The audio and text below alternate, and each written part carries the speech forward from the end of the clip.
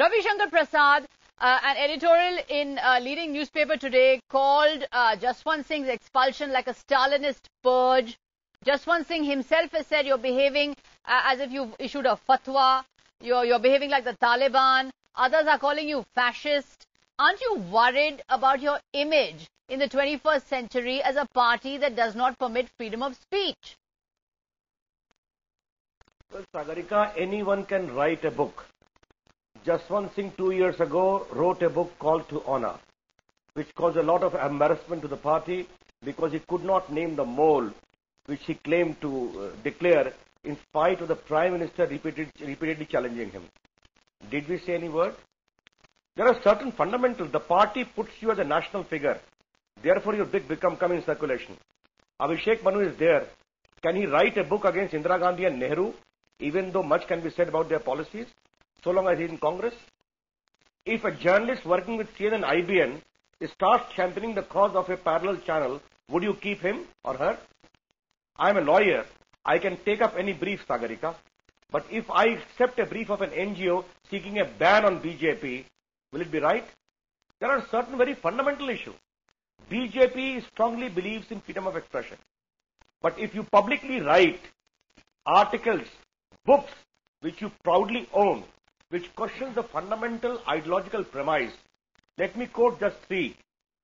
Not only Sardar Patel, he says Muslims in India are feeling alien. He says India is not one nation, but India is a collective of many nationalities. All these impinge upon fundamental ideological premise of the party, which he claimed to serve for 30 years. Okay, let's put that to Ram Guha. Which made him a national figure. Okay, before I get commented from Abhishek Manu Singhvi about whether there's freedom in the Congress to write such books or even to think about writing, and should the Congress be gloating, I'm going to get a word in from Ram Guha. Ram Guha, you were voicing strongly to me how wrong it is to ban the book, but at the same time, are politicians free to question the party line in books? Is this not akin to, say, a Democrat senator in the United States casting aspersions on John F. Kennedy or presenting a sympathetic view of Saddam Hussein? How would that go down within the party? No, I think there's a conceptual difference to be made between the party as a party and the party when it is in government. Clearly, when as a party, there are problems if you criticize an icon. I think Ravi Shankar Prasad has put a very important question to Mr. Singhvi. Can a Congress MP or minister write a book criticizing Jawaharlal Nehru? Now, I don't know the answer to that, but I do know that in the last 2 years, two senior Congress politicians, one an ex-minister, one a current minister, have published books. I'll name them. Salman Khurshid and Mani Shankar Iyer. Mani Shankar Iyer's book was dedicated to Rajiv Gandhi. Salman Khurshid's book was dedicated to Sonia Gandhi. So both books started with a declaration of loyalty. And we've just done a story today. We've just done a story today that 200 public institutions, schemes, and government institutions are named after Rajiv Gandhi.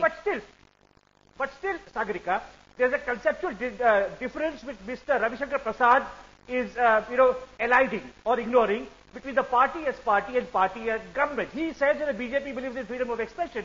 But what moral or democratic right does the Gujarat government have to ban the book? The answer to a book is another book.